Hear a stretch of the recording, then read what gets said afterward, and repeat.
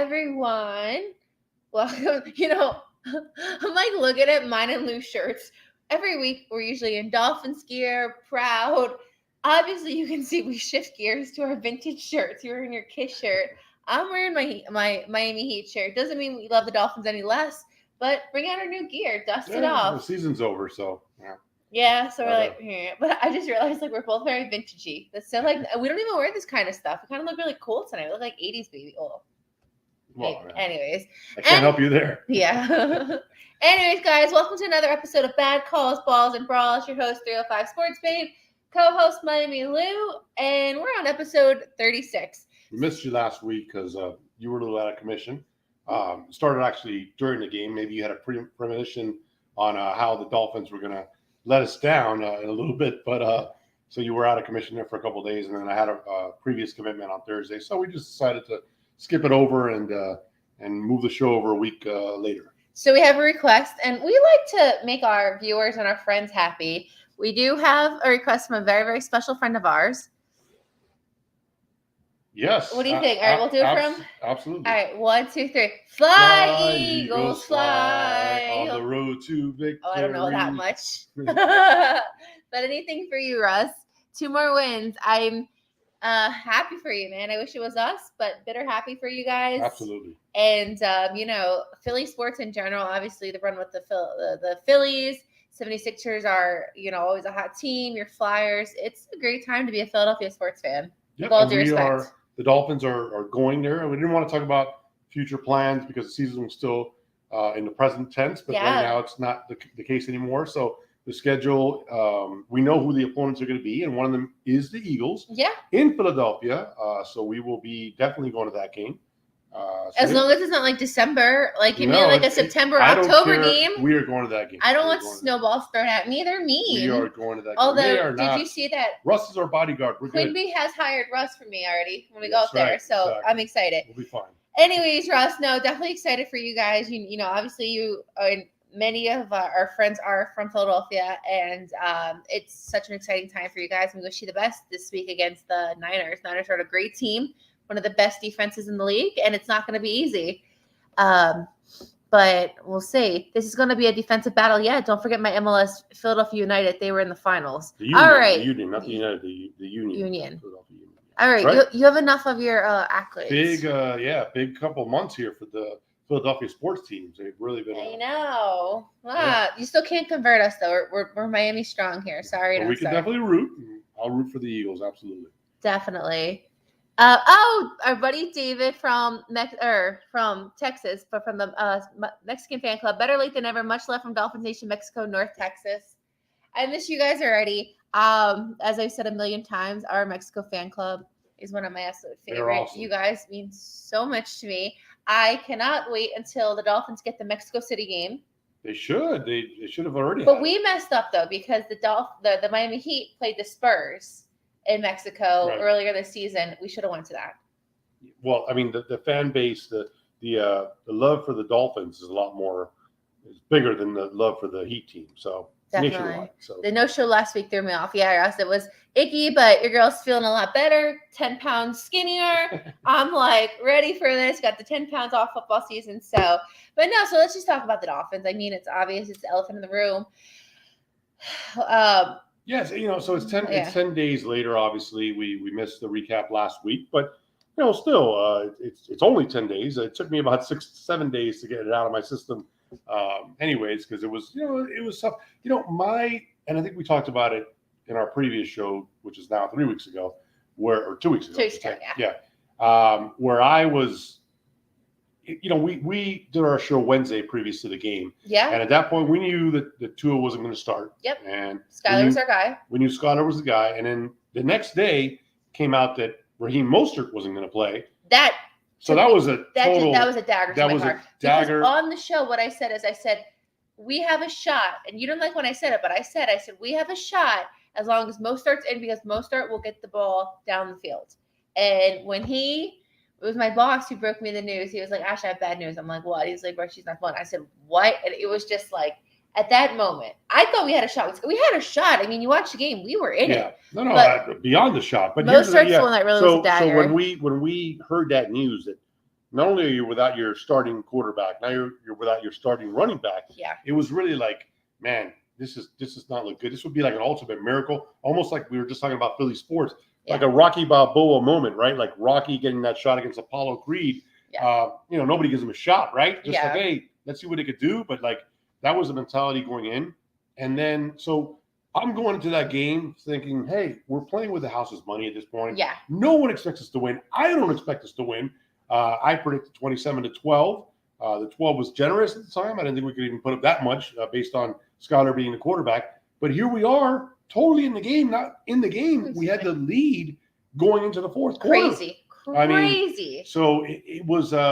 It's one of those where you shift real quick, where you're like, all right, we don't expect much, but now here we are, we're in it. Yeah. And it was disappointing that we were so close just to get to that pulling close. off that upset, and we let it go at the end. Yes. Our brother in the house, Sheldon. Thank you again for the flowers. Very, very sweet of you. They meant a lot. Awesome. Yes.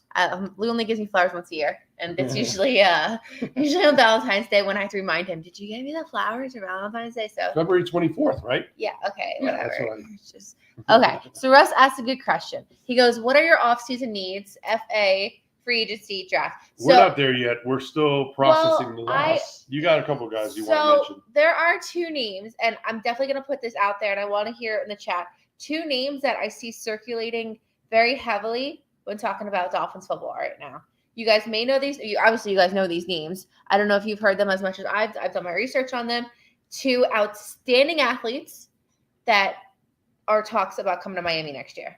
Any guesses? Sandy, hello, my love. Good evening. Sandy. Good evening. Getting ready for baseball season. Yes.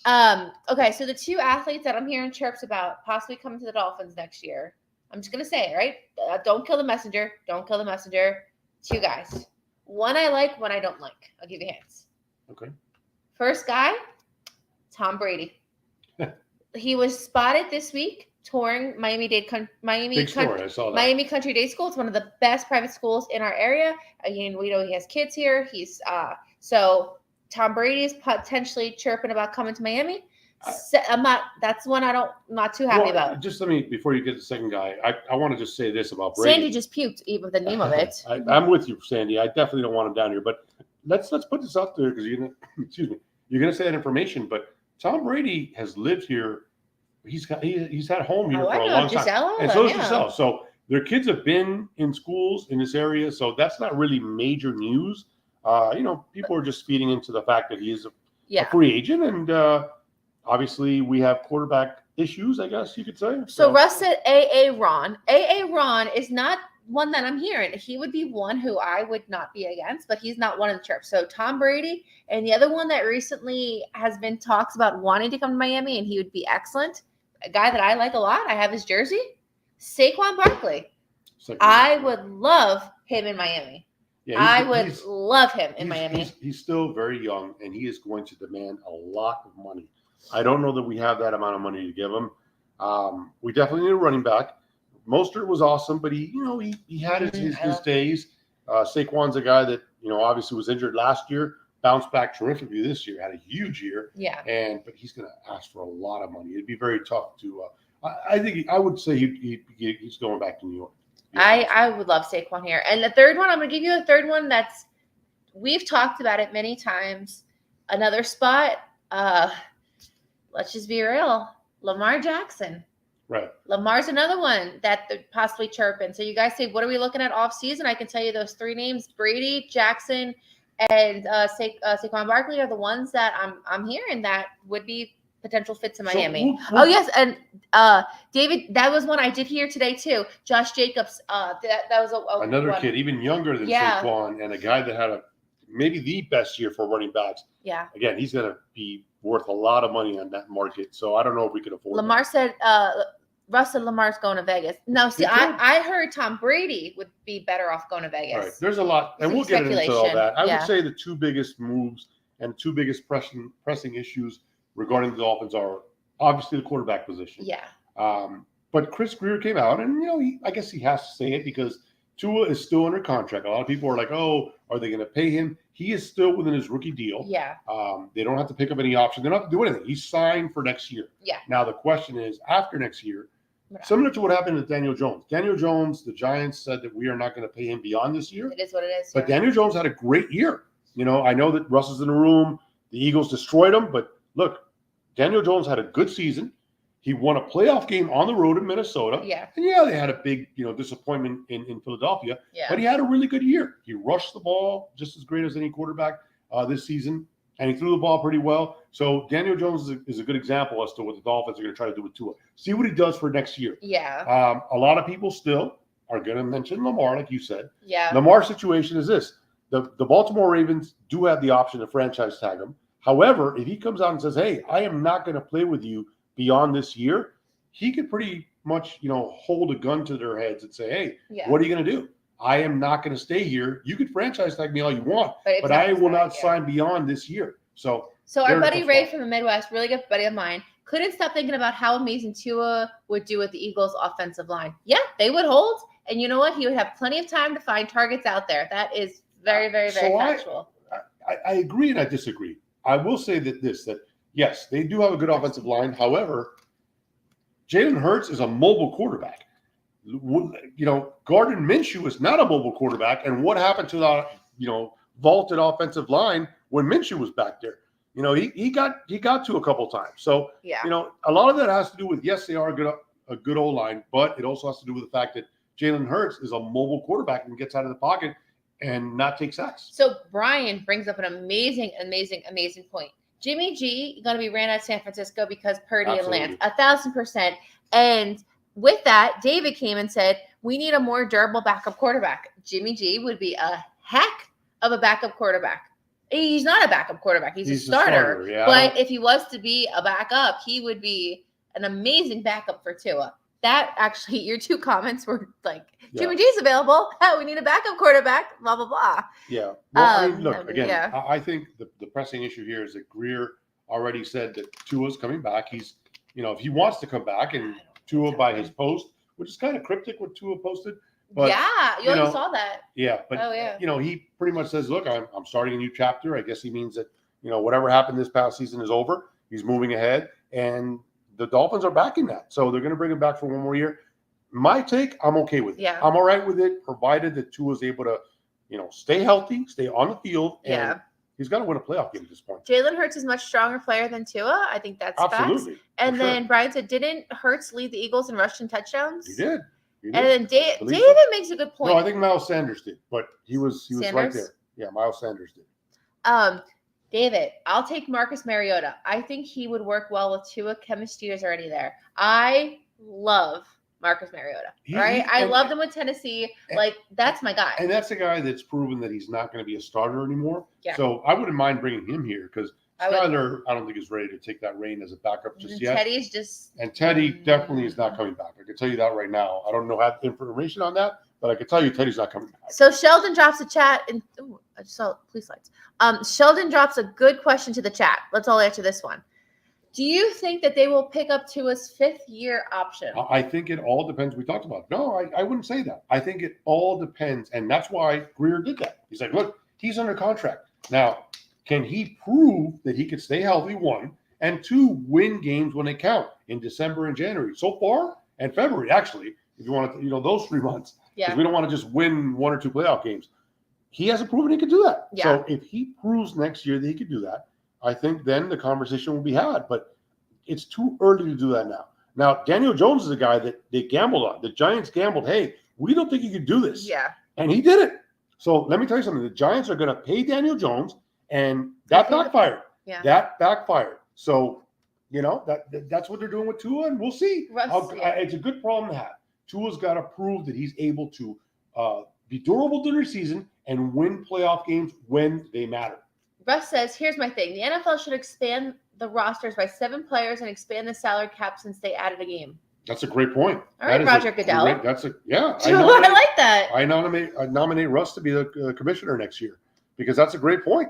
You added an extra game. Now there's people that are being hurt, having to players got to go out there an extra game during the regular season. Absolutely. So David doesn't like Jimmy G. I prefer Taylor Heineke from Washington or Gardner Minshew because Jimmy G is too injury prone. Yeah, and the other guy nobody's brought up yet is David Carr. David Carr is obviously he's unfollowed the Raiders, and that relationship appears to be soured. Done. But David Carr, in my opinion, he is who he is. We've already seen the Yeah. best and the worst of David Carr. I think he's reached his ceiling. He's 32 years old at this point. Oh, he's so old. 32, so old. That's not old, but I mean, Brady's 45. Hello. So all right. I'm just saying that. It's one of these where he hasn't been mentioned, but I look, I'm good with bringing back Tua for a year. Bring him back for a year, see what you got. Yeah, no, Jimmy. I mean, I like Jimmy G. Obviously, we know he went down. None of those other guys excite me. Henneke, or Minshew, none of those. Jimmy G, none of those guys. Derek Carr. What did you say? Did I say David Carr? I'm sorry. I meant Derek Carr. I'm sorry. I said Carr David to Houston. Carr to Houston. Interesting. Yeah, I mean, that could work. He could go there. Absolutely. Availability is the greatest thing for any player. Sheldon said, and the Giants lost too. I think they should pick up the option on Tua. They should. Whoa. Well, yeah, I mean, I just wouldn't go beyond next year.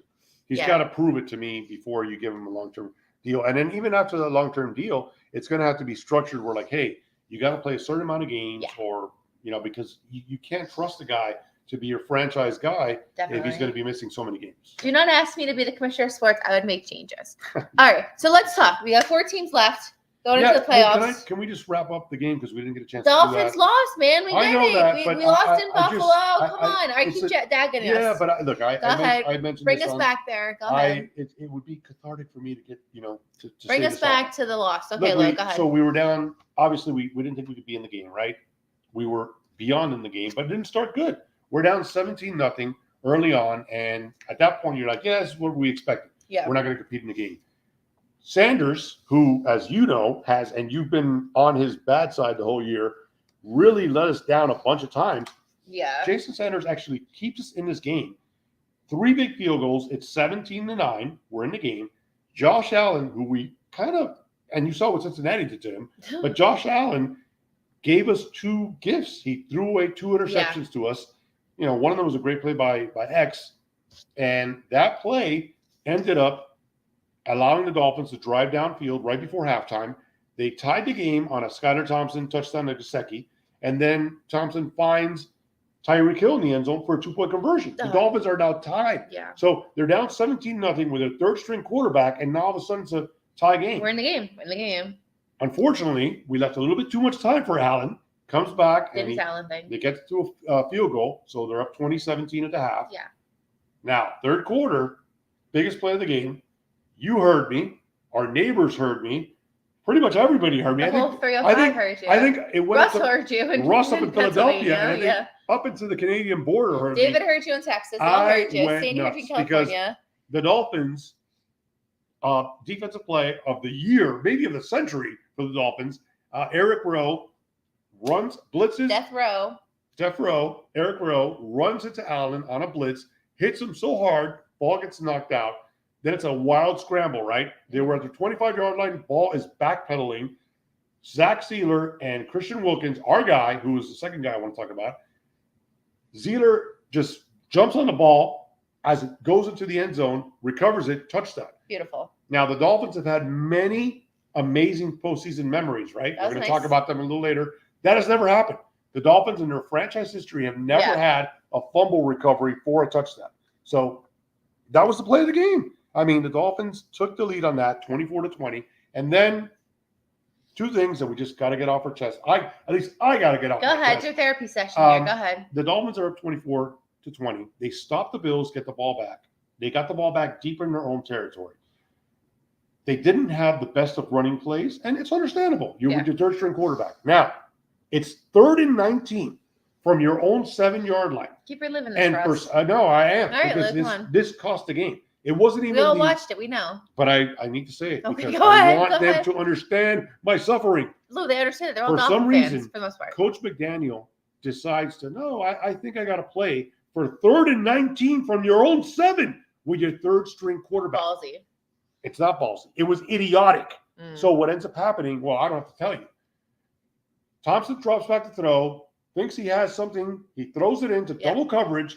He gets picked off. The Bills get the ball. on the 25-yard line, and they march down right for a score. They take the lead, and we never saw an opportunity again to get the lead back.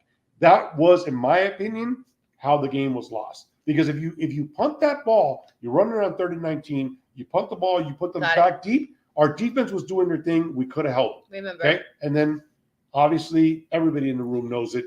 Everybody in the room suffered through it. I'm still Coach suffering can't through it. count. Mike McDaniel, on 4th and 1, Play clock runs out. he thought he had the first down. He thought wrong. And at the end of the day, they adjusted that play clock 3 times. Yeah. Initially, when it happened, on his second request, and even a third time, they went from 40 to 25, and he couldn't bring that play in. 4th and 1 becomes 4th and 6. Gotcha. And unfortunately, they were not able to convert that play. And we lost. Look, Mike McDaniel is a rookie head coach. You got to give him a pass here. I'm okay with doing it, but he lost the game. Let's be real about it. It wasn't Skylar. It wasn't his coach. Skylar did his job. He's a third-string quarterback. He did his job. The defense, they definitely did their job. Jason Sanders did his job. Our punter, Morstead, did his job. Wilson ran back a big play for off a punt return. So every aspect of our game, quarterback, our special teams, our defense, everyone did they all did their job. Yeah. Coach McDaniel cost us this game. Again, I'll give him a pass. He's a rookie coach, but it was upsetting to see that because we had a chance. Okay, so Skylar, obviously, Skylar didn't do terrible, but he's not our guy.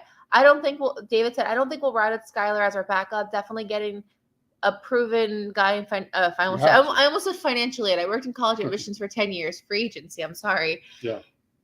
There's no way you pass up the 5th-year option. His rookie contract gives us a shot at premium free agencies.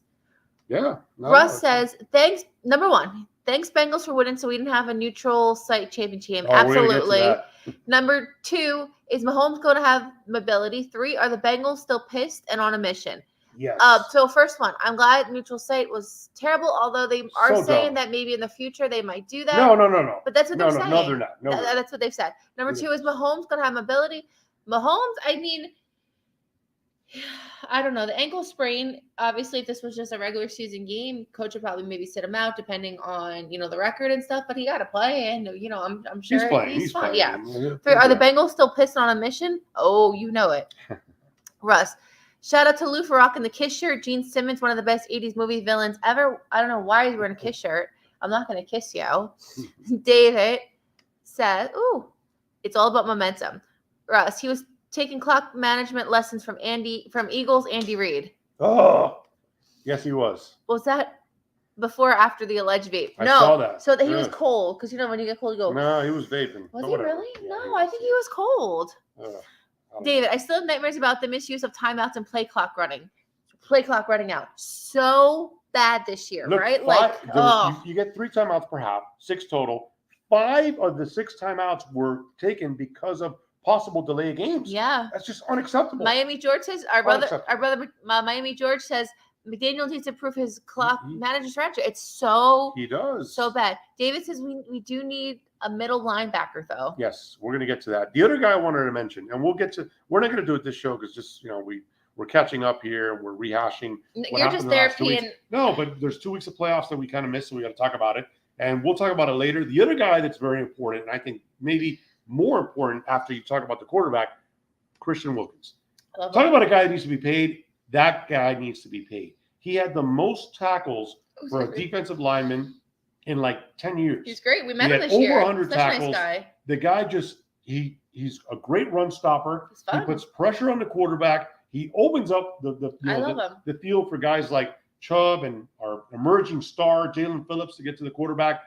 Christian Wilkins needs to be a Dolphin for life. They need to give him a mega deal. Plus, the guy is a tremendous team leader.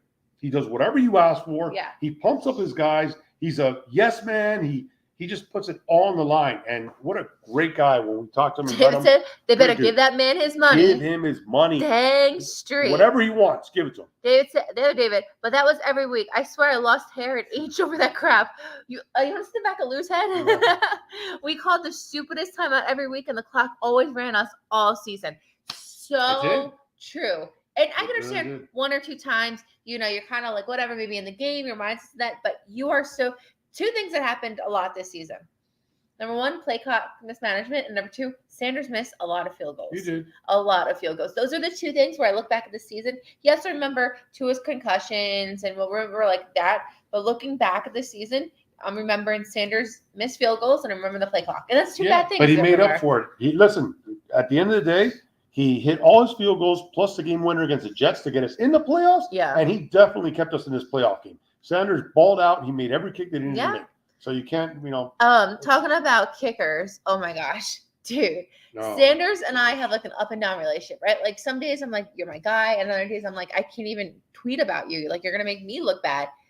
I will never really say another bad thing about Sanders because homeboy on the Cowboys, dude. And I don't hate the Cowboys. Let me just tell you, I don't really hate them, right? I don't like them, but I don't hate them, right? Yeah. Miles Austin, I told Lou this week. I said, hey, Miles Austin's actually one of my favorite all-time players. A guy from Jersey, went to Monmouth University. I liked Miles Austin, right? But the kicker from Dallas, like, he was like in his head. My gosh. There's been a lot of great memes coming out between the Cowboys and the Bills. And one of them was that he ended up going to Ray Finkel kicking camp as a kid. So that was I can't read Russ's comment. You go and read his comment. Oh, wow. Russ, too soon. Okay, too soon. Miami George says Wilkins keeps on getting better and better on the defensive side. Now my hope is that the Dolphins do indeed hire Vic Fangio as the new defensive coordinator. That would be huge for us.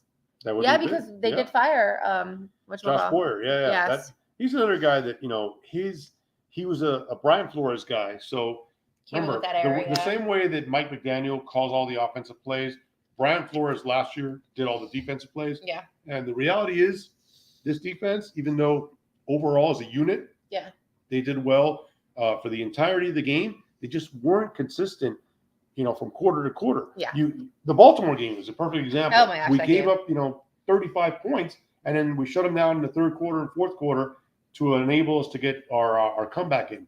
They did it against the Bills as well. They gave up points in the first half of the game here, and then second half they shut them out. So too inconsistent. We need a guy that's going to come up with better schemes to put our players in the best position. And really, a guy like Jerome Baker took a step back. Andrew Van Ginkel, I know he was hurt, but he took a step back. Up and down this year. X had a big interception against Buffalo and one other interception during the year. Yeah. But here's a guy that was averaging like 7 or 8 interceptions a year. Yeah. And this year he only had 2. So a lot of playmakers that were making these plays over the past couple of years and seasons really didn't do so this year. And I think that speaks to a lot of what Josh Boyer wasn't doing. So we definitely need a guy like about coaching. Sheldon says, and he challenged some very questionable plays. Yes, it'd be like, Coach, what are you doing? We noticed that as well. Right. David, the reason why Tua got those concussions because he kept holding on to the football for way too long. That's how his hip injury back in Alabama. He has to learn to throw the ball away more.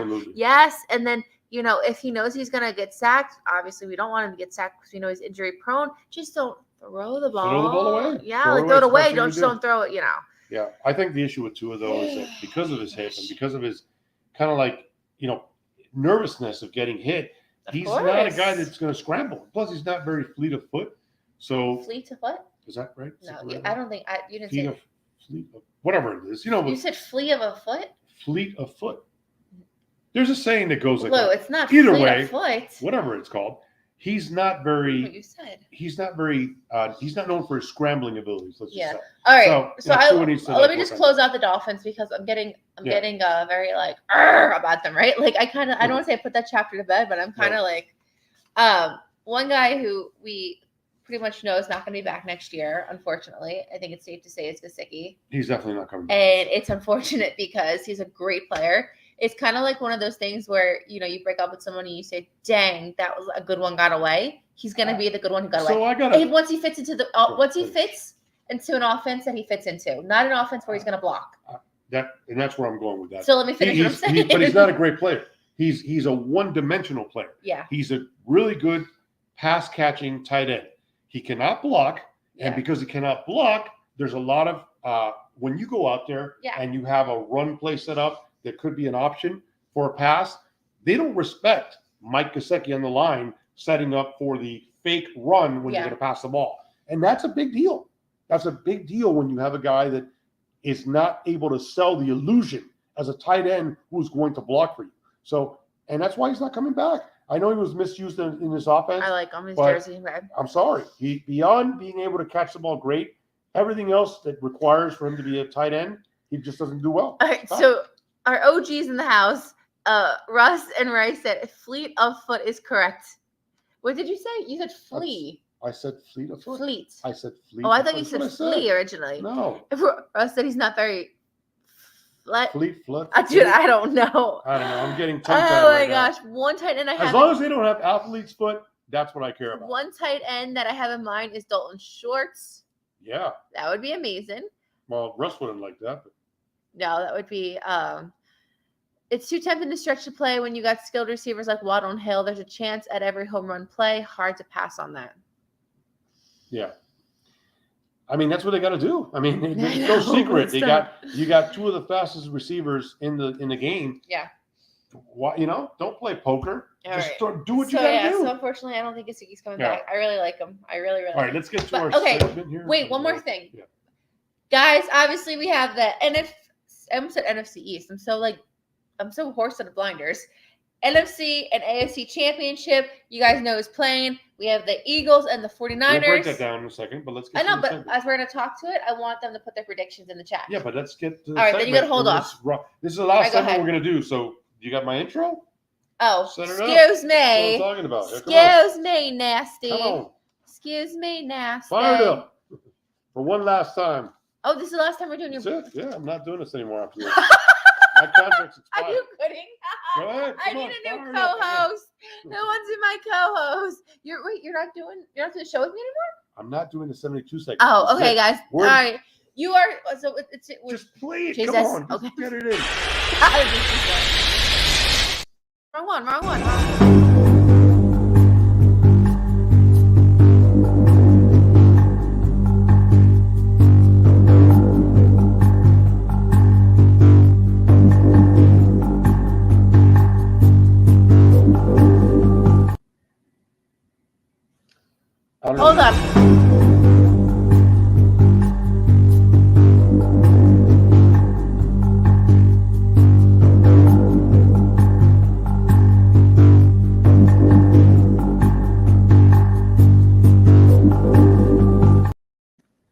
Did you just resign on my show, or I did not, but I was glad to take that in for the last time because it's not happening anymore. We'll have to come up with a new segment, but I very much appreciate you putting that together. It was awesome. Randy, hey boo, welcome. Randy in the house.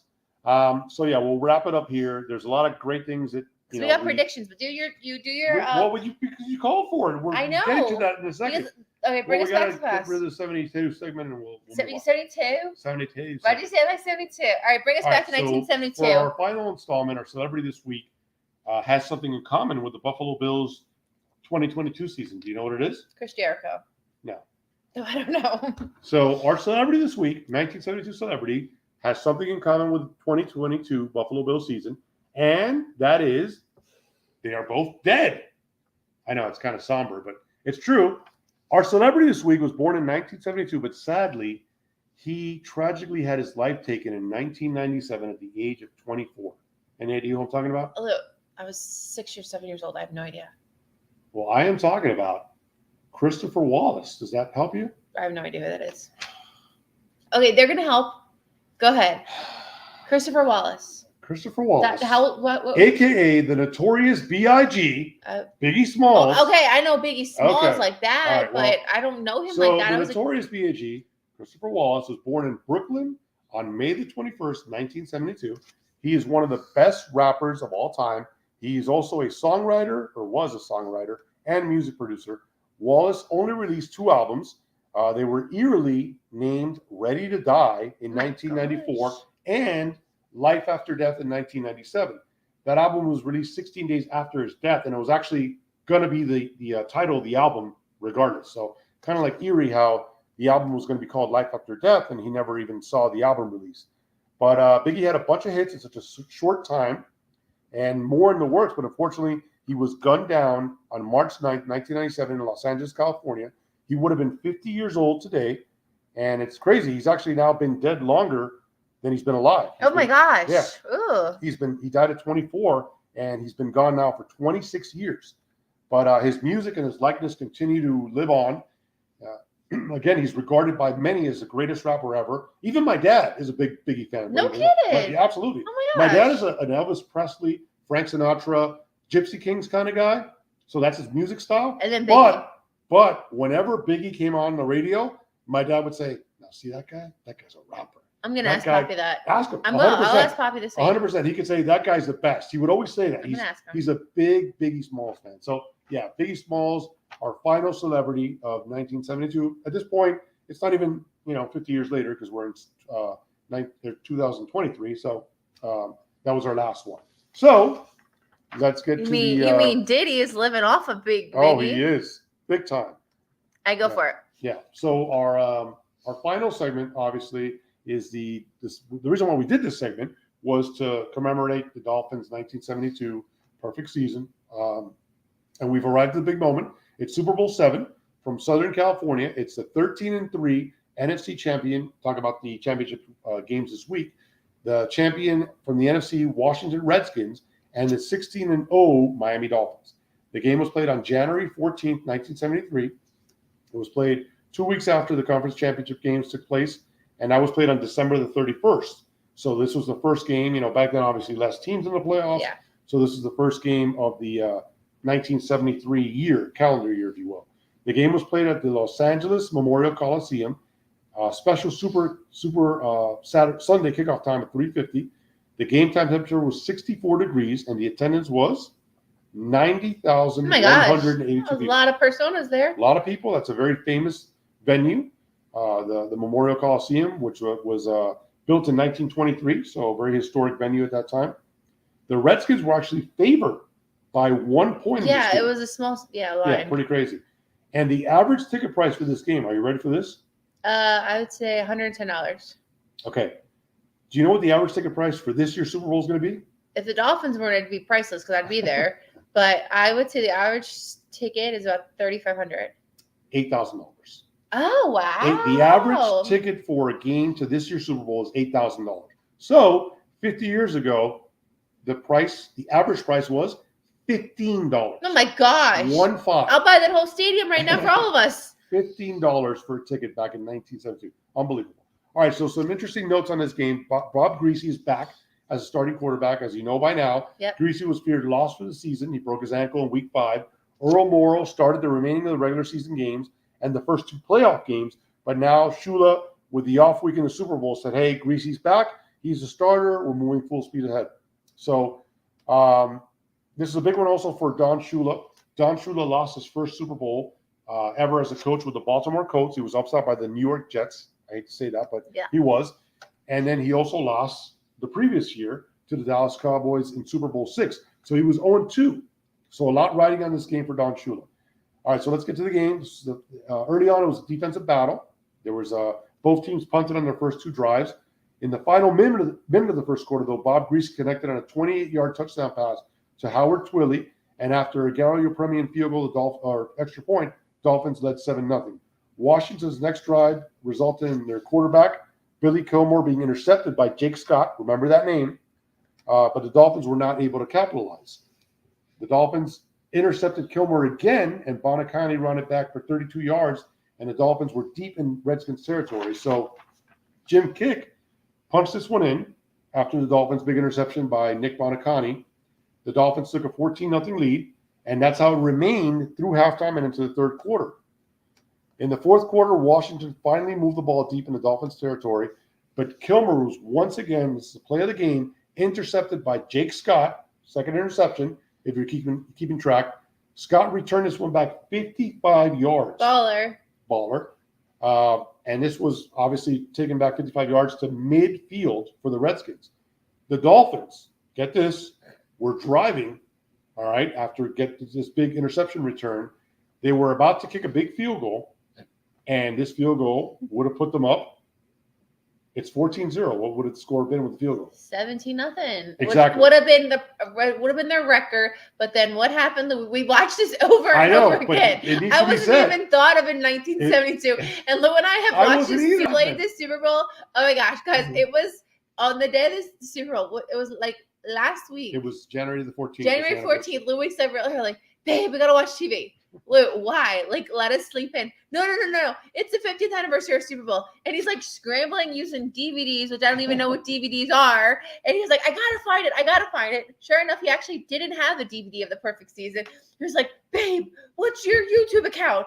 And I'm like, what? And he's like, I have the America's Game, so we could have watched it like that. But. So like Lou insisted before we started our day that Sunday that we had to watch the perfect season Super Bowl. So I saw the Super Bowl that you're repeating. I've seen it 50 times with you. Well, I'm telling them so they could relive it with us. But so bottom line is the Dolphins just got a big interception by Nick Anacotti. Yep. They're driving down. They're about to kick a field goal with 3 minutes left in the game that would have put them up 17-0, and they would have finished with a 17-0 record. So it's kind of, apropos that they were going to go up by this amount and a special number. What ends up happening is the field goal gets blocked by the Redskins' Bill Butheridge. Garo Yepremian catches the ball in 2 hops. He is he's left-handed, but he catches the ball and tries to throw it with his right hand. The ball gets rejected and kicked back to him. He bats it in the air. Redskins defender Mike Bass recovers it and runs it back for a touchdown. So now all of a sudden you were going to have a 17-0 final score of the Super Bowl in a season that you went 17-0, and now it's a ball game. It's 14-7. The Redskins actually stopped the Dolphins in the next drive, but they couldn't move the ball anymore further. So final score, I know you want this segment to be over. Dolphins win 14-7. Jake Scott, who I mentioned. Miami Georgia share. Jake Scott earned the Super Bowl MVP honors after connecting his crucial interception. Yes. Miami Georgia also said, a very fun fact, David Kennedy was the Miami mayor at the time, and he was Dolphins season ticket holder at the Orange Bowl. That's awesome. Russ said, oh my God, since this is the last segment, leading up to the Super Bowl, you need to have the countdown of the greatest halftimes. We will do that. Next, put that down, write it down. Russ will remind us. Russ will remind us. We can definitely do that. So yes, the final score, 14-7. As mentioned, Jake Scott was named the most valuable player, Super Bowl 7. Yeah. And this was the 100th season of the NFL. Yeah. And so now if you carry it on to, this season was the 100th season. That was the 50th season of the NFL. So if you combine it together, this is the 100th year of the NFL. No one has been able to do what the Dolphins did. The 1934 Bears, the 1942 Bears, and the 2007 Patriots all went undefeated during the regular season, but none of them closed the deal and won the Super Bowl. The Dolphins did in that glorious year. Amen, brother. That's right. They're the only ones who be able to do it. So really, now hold on. I want to share this with Ray. Ray, yeah. Obviously, you guys know, a really good friend of mine. Him and his father, many of you know, wrote a story that actually they covered the 1972 season, him and his dad with the players and everything. So Ray just gave us a little tidbit. So buy his book. Some of the Dolphins were furious at Garo, even 3 years later. Yeah, Garo has since obviously passed.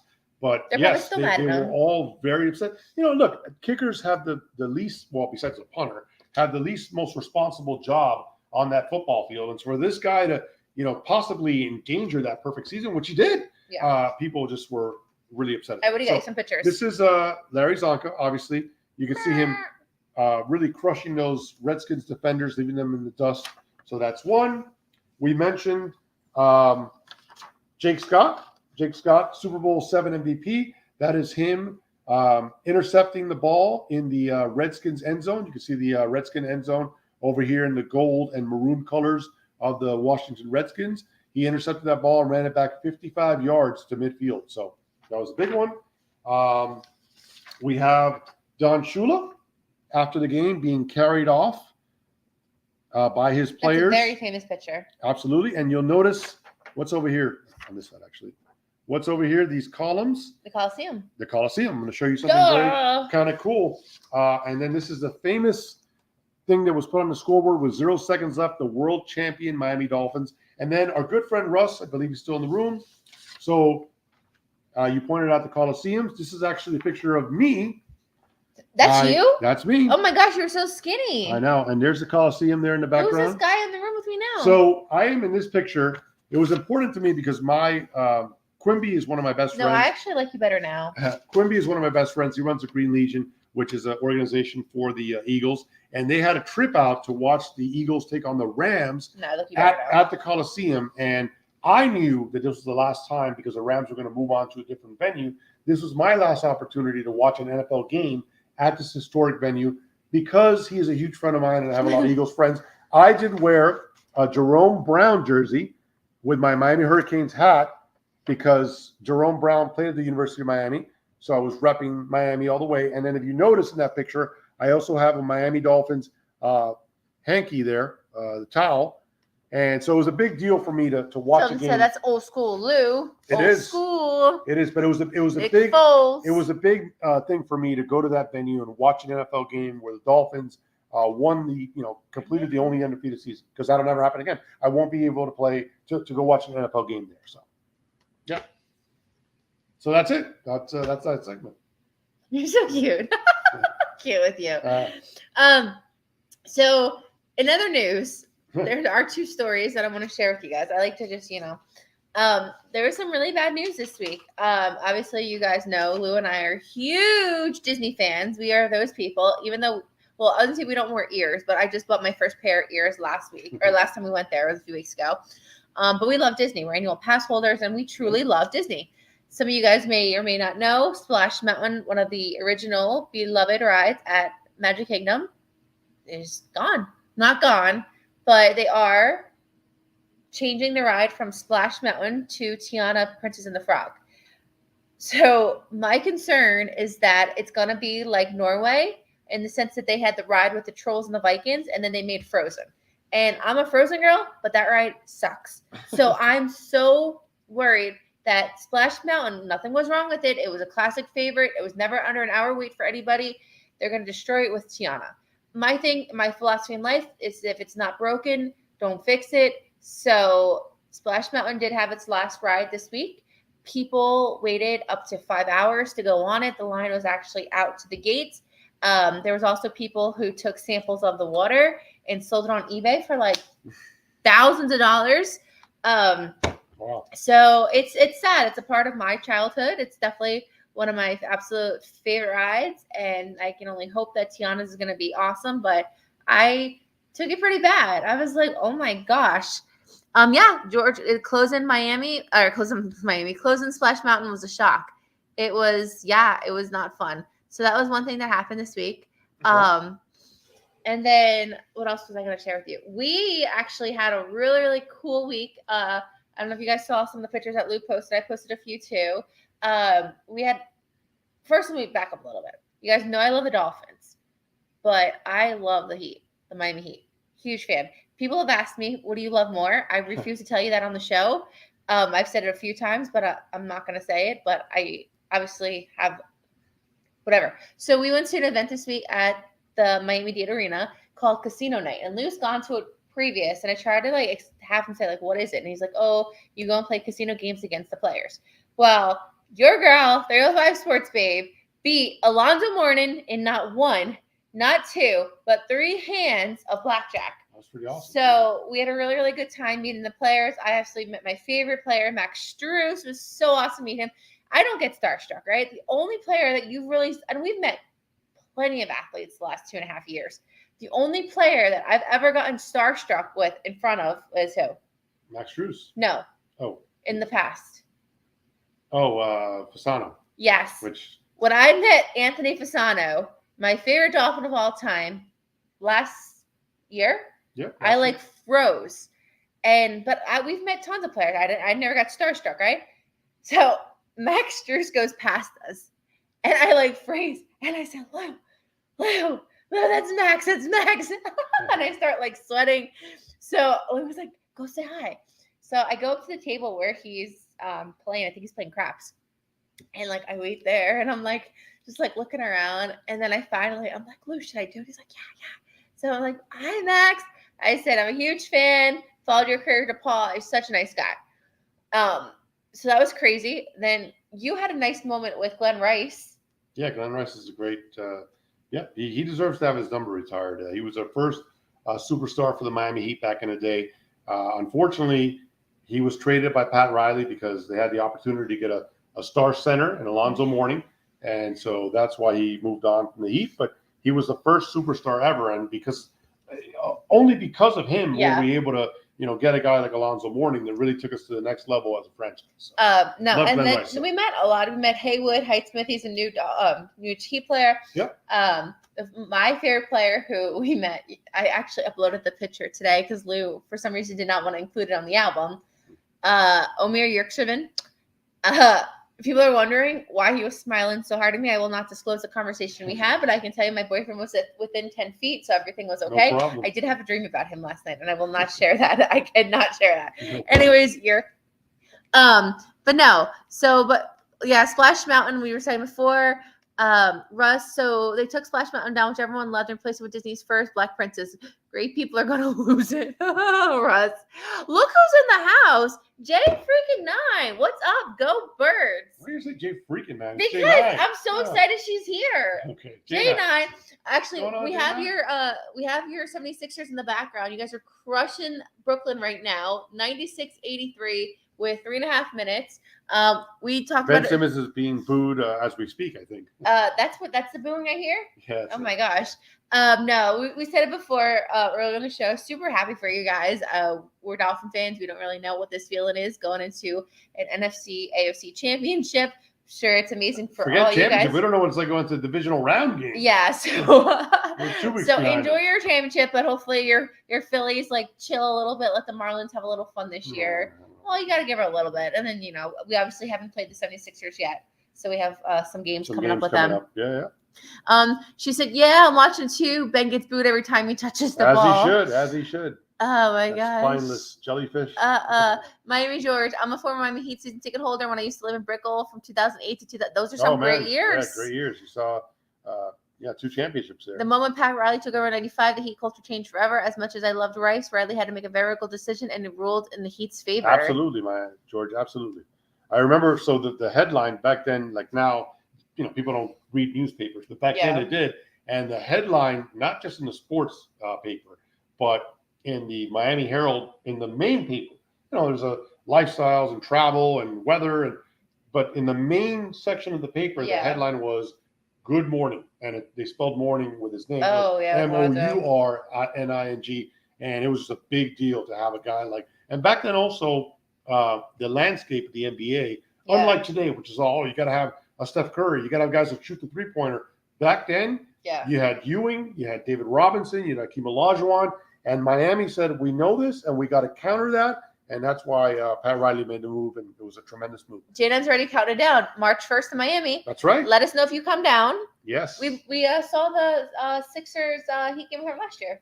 She came down with her friend. For the playoffs game. Yeah, playoff game. Yeah. The Heat. One more thing with the Heat. Let me talk about the Heat. One more thing. Sure. They played the Celtics last night. That game. So we're sitting watching the game. We didn't go, but we're sitting at home watching it. And it brought me back to a very bad place because we obviously were at Game 7 Eastern Conference Finals a few months ago. It's not the same. I mean, I don't even want to talk about this. But, and it was a great win, don't get me wrong. But at the end of the day, whatever you're going to say doesn't hold weight because why? The Celtics didn't have, ready for this, Marcus Smart, Jaylen Brown, Malcolm Brogdon. Got it. Al Horford didn't play. So this is not the same Celtic team that we saw in the. It was just good to beat them when they broke my heart. I agree, but it's a regular season game in January. Alonzo Mourning. People forget he played in the Olympics as a high school senior, as he hadn't started playing. I did not know that. I didn't know that either. Nice. Alonzo didn't get along with the owner of the Charlotte Hornets, but most importantly, his teammate Larry Johnson. That's what led him to Miami. But Joe was awesome. We had a really great time. All right, let's finish up and talk about some games we have this week. We obviously have 2 big games. We have the NFC Championship and we have the AFC Championship. NFC Championship is Sunday at 3. AFC is Sunday at 6 o'clock. So 3 o'clock, you have the Eagles and the 49ers in beautiful, sunny, cold Philadelphia. Yeah. Well, I do want to backtrack just a little bit here. I don't want to go matchup, but there were really only a couple upsets in the wild card round. The Niners blew out the Seahawks. Oh, the Giants so bad. No, but the Giants did upset the Vikings, and of course you've got to mention how the Jacksonville Jaguars. Right, the LA Chargers just totally choked away at 27-0 lead. You don't see that often. Jaguars almost beat the Chiefs, though. I mean, there was some funny. That game was caught up at the end, but so that was in the wild card round. The big story in the wild card round was Dallas destroying Tampa, and now a lot of speculation per what you said is what's going to happen with Brady. We don't know yet, but that was a butt whipping. Tampa was never in that game. So that was kind of funny to watch. And then, the big story in the last round, which just passed, the Giants just totally got destroyed. I know. I by didn't the think. Eagles. I didn't think that. I didn't think they were going to be. I didn't think the Giants could win the game. Yeah. But I didn't think it was going to be 38-7. I mean, that was a total annihilation, and so that was a little bit surprising. So I'm going to tell you guys something funny. J9 and Russ, I love you guys tremendously. You guys are friends. I am going to say that you guys are my friends on, but off. But my NFC team is the Giants. You know, I grew up obviously outside of New York City, so I don't say I was cheering for them, but it was kind of like try to help her. I'm gonna say this and Lou's not gonna like it, but it's kind of funny. I have a Giants sports bra. Let me see what I want to say. I have a Giants sports bra, right? Well, then get me an Eagle something. I have Eagle stuff. Russ is gonna send me an Eagle shirt this week. Watch what happen now. Help her out. She's a little confused. So I'm wearing my Giants sports bra. Right? Just whatever. All of a sudden, halftime comes. Obviously, the Giants are getting blown out. Lou says, "Take that off." I said, "You just want me shirtless." Well, that too. But yeah, look, I rooted for the Giants when they. Jay Nunn already forgives me. I got good friends. I rooted for the Giants. I got no problem saying it when they were playing the Patriots. I think anybody in the room who's a Dolphin fan would agree with that. Yeah. But I rather the Eagles win easily. Don't need Brady playing for the Dolphins. Agree. J9 forgives me. And Russ, yes, he was on the 1988 U.S. team that led us. Yeah, to using the pros because the college athletes didn't work anymore, and everybody else in the world was using pro athletes. So Sunday. So hold on. So obviously, the Giants getting destroyed like that was a little bit of a surprise. Yeah. I'm not surprised the Eagles won. I thought the Eagles would win. I thought it'd be 10, 13 points, not 31 points. That was just crazy. And then, the big one was the Bills and the Bengals. So happy, obviously, the Bengals won. So happy that Joe Burrow, as we discussed earlier, came out and said, "Hey, look, screw your neutral game. Go get those refunds." I thought that was awesome. He totally owned that moment, and he took out those Bills. And it was, in my opinion, poetic justice because let's be real. The Bills and the Bengals played on that Monday Night Football game, right? Yeah. Where if the Bengals had won that game and then won the following week, they would have been the number one seed, and that game would have been in Cincinnati, not Buffalo. So I'm glad, that worked out. And then obviously, if you're a Dolphin fan, you should never, ever root for the Bills. So J9's getting me some Eagles gear. Please help her out. Russ said, "Okay, so we have an official weather report from Philadelphia. It is going to be like 49 degrees on Sunday. That's not terrible. That's coming from Miami people here. Like 49 is not bad at all. Yeah. So first game again, we have the Eagles. Go ahead. Can I just? Yeah, go ahead. I want to go back. Maybe you noticed this, or you're more into Twitter. I'm not even on Twitter, but I did notice something, and I don't know. Mark's not in the room, right? Mark, our buddy from the Bills. No. So what's the deal with Damar Hamlin? Because a lot of people, I did see this whole issue. Don't open the can, No, I gotta say it. Maybe somebody in the room knows it. I don't know, but a lot of people are saying that they showed his parents, his younger brother and his mom walking in. You could see their faces, but you never saw Damar Hamlin's face. He was, I don't know. There's a thing going on that people are asking those questions, like why was Damar Hamlin They never in getting into the elevator, in the cart, in the suite. They never showed his face. So some people are asking, and look, I am already not a Buffalo fan. I actually despise them. And did they use him as a pawn here to try and hype up the crowd? Was he really there? I have to ask the question. Does somebody in the room know? Do you know? We didn't discuss this. I'm asking a serious question. Was he really there? So Sixers Brooklyn, 11-point game with a minute left. I'm trying to deflect this conversation. No, I want to know. Okay, I can tell you what I've heard, right? So obviously you guys know I'm a millennial and I keep up with the news and stuff. And this is Josh Allen. Oh, hello, Jason. Josh Allen said that's just his swag. So that's a theory. That's Jason. Great to see you, but that is a great theory. Okay. The most recent one I've read, and I've actually read this a few times, and I am not putting a political backing to this. I'm just stating what I've read. I've heard that it had to do something with the vaccine and that the CIA, the feds actually went to his hospital room and threatened his, because he did or didn't get vaccinated. That was another theory. Another theory was that it really wasn't him. It was a decoy. What I'm saying. That's what I'm trying to say. Brian, yes, but Josh Allen called BS on that yesterday.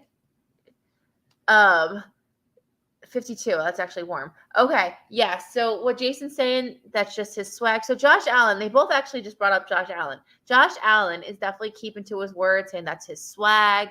I don't want to hear that's about Josh Allen. I'm asking you a question about why didn't he show his face? What's the answer? There's a lot of controversy going around it. Okay. Like, we don't know. And then their whole thing, there's another thing going on with like Eli Apple fighting with people, telling them to go to Mexico. I don't care about that. There's a lot of like. I'm not talking about that. I'm talking about DeMar Hamlin specifically. Dude, I don't know. This is I not wasn't a case. in Buffalo. Okay, great. But eventually, he's going to have to answer that question. What do you want him to answer? He's going to say, "I was there. That was my family." That's what he's going to say. Okay, all right. I mean, there's obviously a lot of interest in his situation, what he went through. The whole country was, after him. So I'm just saying, I don't think it looks right if that was not him in the stands. And I think that if Buffalo or somebody had the idea to prop somebody in there appearing to be like him, that's a problem. I don't think that's right if that's what took place. I'm just saying. So, whatever. All right. Anyways, let's move on to the games this week. You just mentioned it, San Francisco, Philadelphia. That's DeMar the first game. still has to have help breathing. Yeah. That's what. And so why would he be in a suite at a game? It just doesn't make sense. I don't know. Somebody's got to find out. The answer will come out eventually, because that was a little weird. That is such a hot tamale right now. It is. Right? All right. So let's just put it back in the oven and let it marinate. Okay. Until we find out what's going on. So let's move on. We got San Francisco and Philly. 3:00 3 Sunday. p.m. on Sunday. 52 degrees. We have an update. 52. Excellent. 52 degrees. That's excellent. Philly is a 2.5-point favorite, and the total in this game is 46 points. I like Philly's offense, but I love the Niners defense. I love Brock Purdy. I love his story. I love the fact that he wears 13 for Tom Brady. For who? Oh my God! Why did I just say Tom Brady? Holy crap, guys! I'm losing. He wears 13 for Dan Marino. For Dan Marino. Oh, Dan Marino. Sorry, guys. I get this is part of the show where I get tired. We're in. So I do like the Niners. I like CMC. Christian McCaffrey's my dude. And I like their defense. And they've won how many games straight now? Ever since they beat us, they've been like 9 in a row. 9 in a row, right? So I do like the Niners there. But the Eagles they've just dominated all year, right? They had 3 fluke games, and beyond that, they've had a stellar performance. Jalen Hurts is the real deal. If this is how the Eagles are going to lose, if the Niners stop them and they can't put points on the board, defense wins games, and if the Eagles cannot destroy their defense, the Eagles will lose. That's my prediction. Wow. So what is your prediction? Give me a score. You gave me 2 scenarios. What do you think's going to happen? Well, J9 said good juju, 52 degrees in Super Bowl 52. There you go. Nice. I know. So what do you got for a score prediction? Oh man. Dude, and I thought the Giants were going to beat the Eagles. I'm going to say the Eagles. I'm going to say the Eagles. You know. The fact that you just said the Giants were going to beat the Eagles, I think you lose credibility there. I don't lose credibility. I'm going to say 24-20 Eagles. Okay. I actually think it's going to be a lower scoring game. I think the Niners defense, to your point, is the real deal, obviously. But in this case, I don't think Brock Purdy is going to be able to recapture the magic and keep it going. He's won a lot of games, yes. Why? He's been so great. He's shown nothing to produce. He has not beat teams of this caliber. Also, he is going into the Lions' den here. Okay, winning at home against the Cowboys, when you got that crowd on your side, is one thing. Doing it on the biggest stage now, and right before the Super Bowl is the next biggest stage before it. Yeah. Against the Eagles, against that defense, I just don't see him being able to replicate the magic. So I do think their defense will do their thing, but I don't think they could trade points with the Eagles' offense. Yeah. And I don't see Purdy getting out of Philly alive in terms with like he's him such being a nice guy too. No, I just don't see him, being able to keep this magic going. I think it comes to an end, and I think. I like it to be a low-scoring game, so I will say that I'll lean to the under 46 points with a total, but I think the Eagles will cover the spread, and I think they're going to win this game by about 10 to 13 points. Sheldon says 24-21. That's kind of where I'm at, Sheldon. I'm at that low 20s. J9. Cacao. Good pick. Will definitely be a defensive battle. Going to be tough for a rookie to play in the hostile environment. You could say that again. Yeah. Oh, poor guy. Brian, under both D show up. Jason, Niners 20, Eagles 17. Wow. Brock Purdy in the Paul Hyman voice. How do you say that? Can you do that Paul Hyman voice? I cannot. But I mean, Rock Birdie. that's an upset right there. Rest of the link is going to be rocking. Miami George says 23-21 Wow. 49ers. Well, George, that's your second favorite team. We know. So we'll see. Second game we have, obviously, is the AFC Championship. We have the Chiefs with Mahomes a little banged up against, we have Cincinnati Bengals. We have Joe Cool. Well, Joe Cool is Joe Montana, so you got to say Joe Burrow. I like calling him Joe Cool. There's one Joe Cool, and that's Joe Montana. Okay. You can't do that. Joe Burr, excuse me. But so the Bengals is a meeting actually of two teams that met in week 13. Yeah. They met at Cincinnati, and the Bengals won that game. But this game is, of course, in Kansas City. Yeah. So, what do you think? What do you got? Sheldon gives me 27-21 Chiefs. Okay. This game's going to depend. I'm just going to say it. It's going to depend on Mahomes, right? If Mahomes it's a high ankle sprain, is what they're saying. Obviously, they don't need to tell us the complete truth. It could be worse than they're saying. It could be better than they were saying. It's all going to depend on Mahomes. If Mahomes can really, really hold it together, it doesn't get any worse, I think the Chiefs can pull it out. Chiefs are hot. Chiefs are great. Chiefs are awesome. I like Andy Reid. I think if Mahomes can hold it together and that ankle can be pieced up and be fine, I think the Chiefs can win. Okay. So I don't think the Mahomes ankle is going to be okay. He's not anywhere close to 100%. I think he's obviously, he's already said he's going to gut it out and play. Ooh, day. But that's where I'm kind of going with it. I don't see him being able to be Patrick Mahomes as we know and love him to be. Yeah. So I think this is going to be actually a Bengal win here. Wow. The line right now in Vegas is even, so it's a pick'em game. Anywhere. And it's a total of 47. I do see it as a high-scoring game, so I'm going to take the over 47, and I'm going to say the Bengals are going to win. Interesting stat about Joe Burrow. He's been in the league. He was in the same draft class as Tua and Herbert. Well, Tua obviously hasn't been to the playoffs. Herbert finally got here this year, and he choked against the Jaguars, right? Yeah. Joe Burrow, if you remember, Joe Burrow did not finish his rookie season. I don't remember. So he had an ACL, and he missed the last 7 games and then didn't rehab until next year. But last year was his first full year, including the playoffs. He went to the Super Bowl. So far this year, 2 playoff games, 2 wins. So he's already got 5 playoff wins in 3 years, and really 2 years, because the first year he got hurt at the beginning of the year and didn't get to finish it. So look, Joe Burrow is a special guy. Yeah. He's right now got all the momentum going for him. He is, ice cold. I wouldn't call him Joe Cool because there's only one Joe Cool. But Joe Burrow, I'm not gonna, when you're lining up a guy like Joe Burrow who's as hot as he is, and a guy in Mahomes who's hurt right now, I'm gonna lean to the quarterback who's hot and healthy. So heavy in the chat. The Bengals win it, and that's what's in the chat. Miami George 27-24 Bengals. Go for Joe Burrow. Jason Vegas Show 20. Jason says Bengals 41, Chiefs 34. Yeah. I must be crazy for picking both road teams. No. J9 Houday. Brian, the Bengals and the over. Sheldon also said you got to take the over on this game. You have to. Russ says Eagles 40-17. So I'm drinking. Anything happens.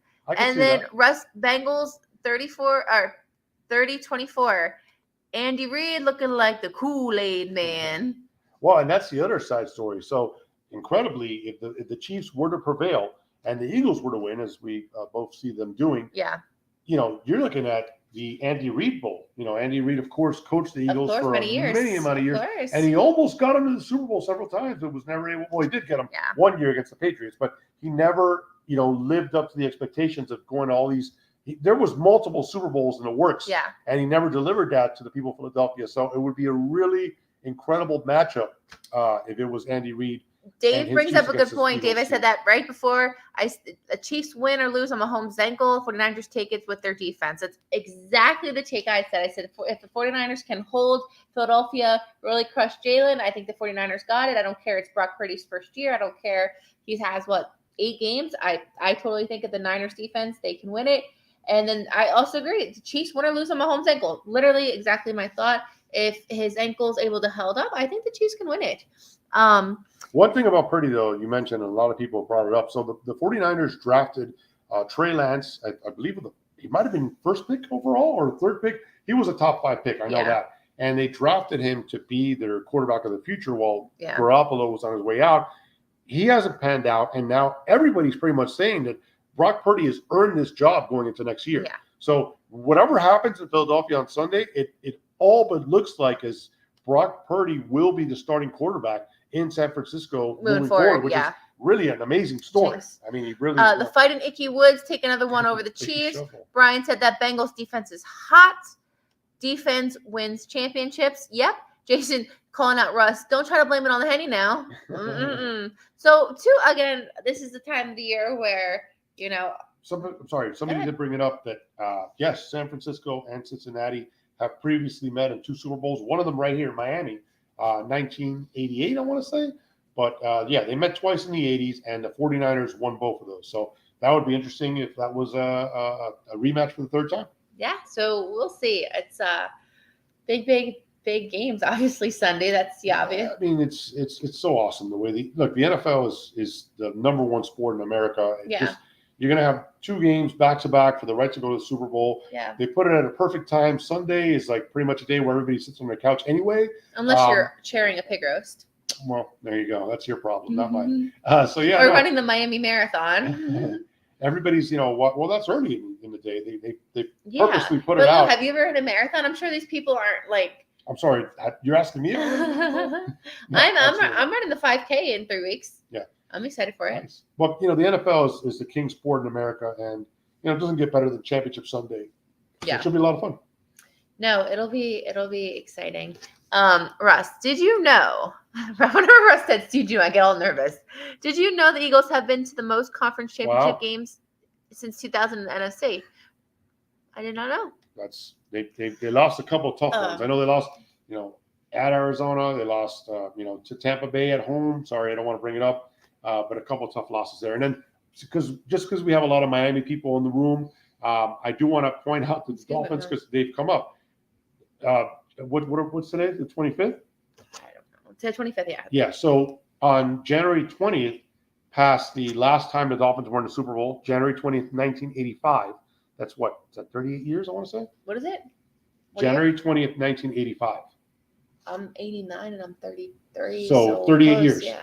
38 years since the last Dolphins Super Bowl appearance. And then the other thing that just passed a couple of days as well, on January the 21st, was the last time they were in the AFC Championship game against Buffalo, and that was in 1993. So that's also, 30-some years ago. I mean, it's just So as we wrap up, some cool events coming up.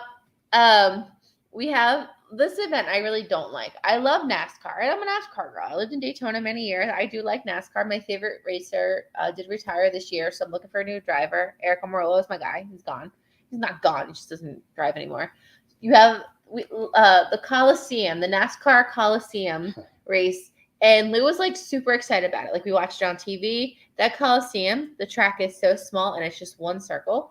That's coming up in next weekend. right. We also have the Grammys coming up next week. We have the Pro Bowl coming up, which I've gone to the Pro Bowl twice in Orlando. Daytona 500's coming up. Well, That's in February. That's late February. Yeah. I've gone to the Pro Bowl twice. Not in Hawaii. I've gone to when I was in the Orlando. Pro Bowl is not. See, I disagree with you. It's a flag football game. But It's not it's even a so game. much fun to meet No, it's the not. No, it's in the fun Oh, meeting the other fans and stuff. Not at all. Um, That's the worst All-Star game in the all Dolphins have to professional make a sports. Super Bowl in our lifetime. Ear lips Let's to hope. God's ears because I sure hope. So you got the Pro Bowl coming up. You have the Grammys. Lou and I next week we are actually going to New York City. Super excited for that trip. Obviously, it's where I'm born and raised from the tri-state area. We're going up to the Garden to catch the Miami Heat, take on the Knicks. The Knicks are actually really good this year. Heat are having a great year. They haven't played each other yet this year, so it's a matchup that it's going to be fantastic. And it's supposed to be like really, really, really cold, unfortunately. We may be actually seeing snow. We went to Chicago last year in April, and we thought, oh, springtime in Chicago, how lovely. And it snowed. And I was in like satin dresses, and the son was in shorts. So we definitely have to be prepared and dress warm next week because it's going to be brutal. But we're super excited to see our Heat take on the Knicks at the Garden.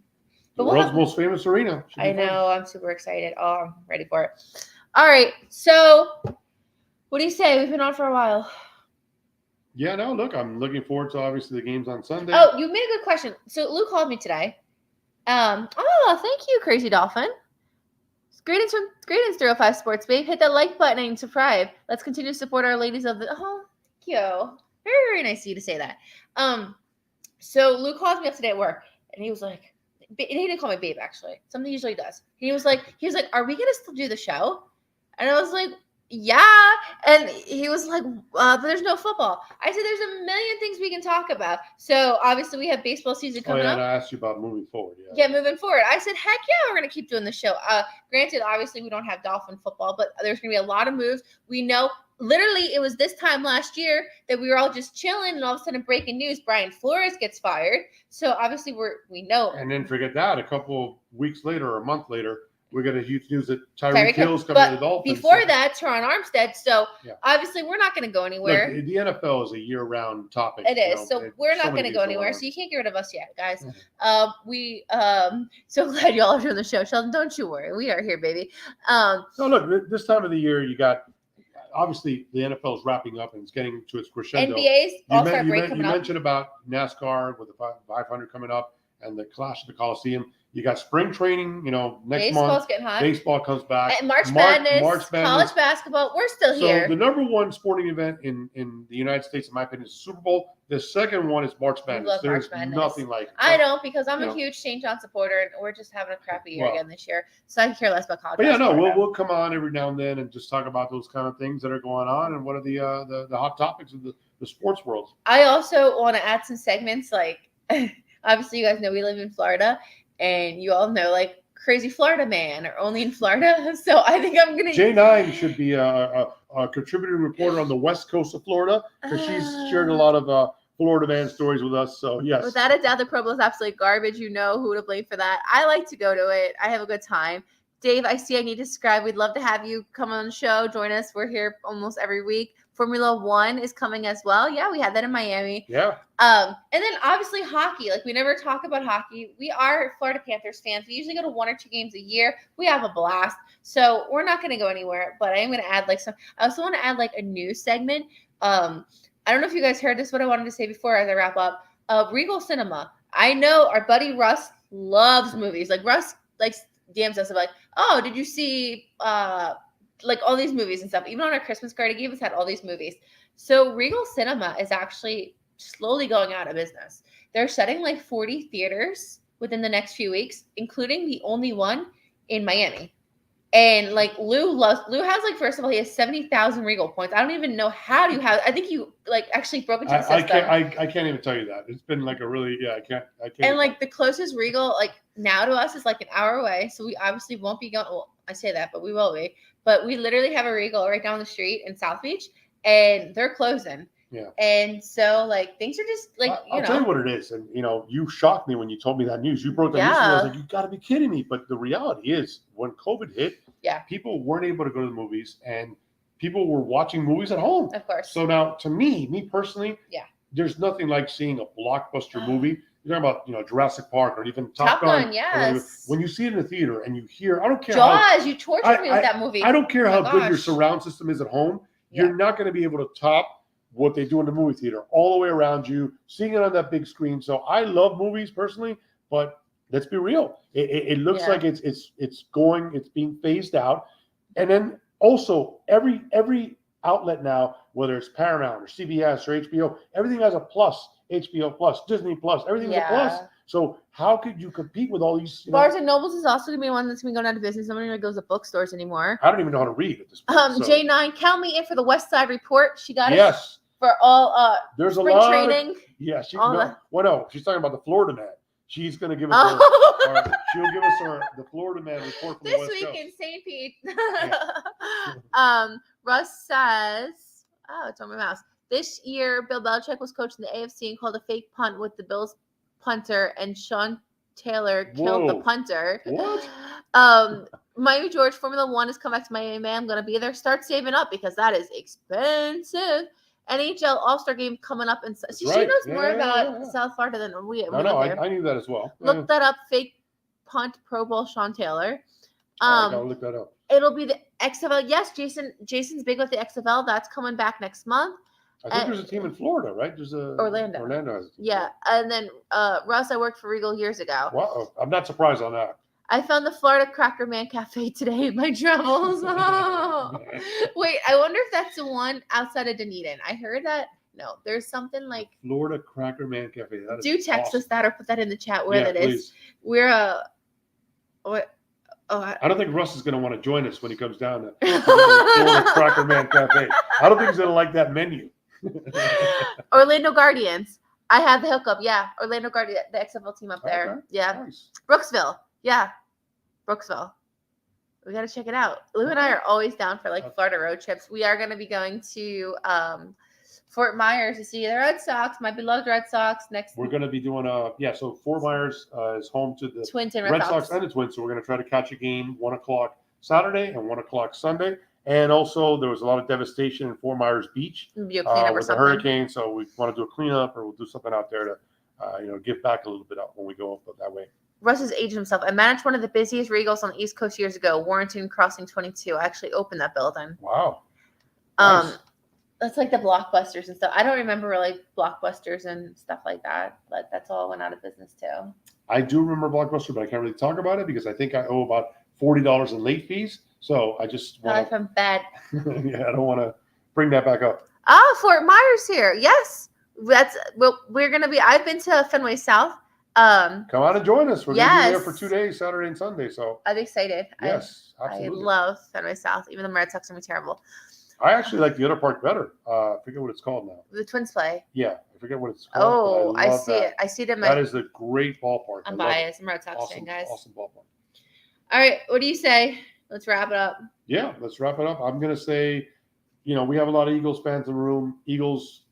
I am only a Dolphin fan, but I have a lot of Philadelphia friends. We do. We do, and I want the Eagles to win for you guys. So go Eagles! Looking forward to it, and I just want to see a good competitive game in the AFC for the nightcap. You actually got a good game going on here. Sixers Brooklyn. I thought it was the fourth quarter before. 116 76ers, 110 Brooklyn Nets. With It's about still so early with that. 7. NBA. Yeah, they're both good teams. NBA's got a long way to go. So we'll see. Guys, watch football, and that's what I got. Yeah, have a good rest of your week. Good weekend. Enjoy the games, and as J9 says there, fly Eagles fly, baby. This is actually really depressing. I'm going to say it really quick. Usually at the end of the show, I say, fins up, go Dolphins. Can't say that I don't anymore. have that. I don't have that for you guys right now. Sheldon wants the Eagles to win as well. Nice. Yeah. So let's go Heat. And we'll see you guys later. All right. Good night, guys. Thanks for joining. Catch you later, alligators.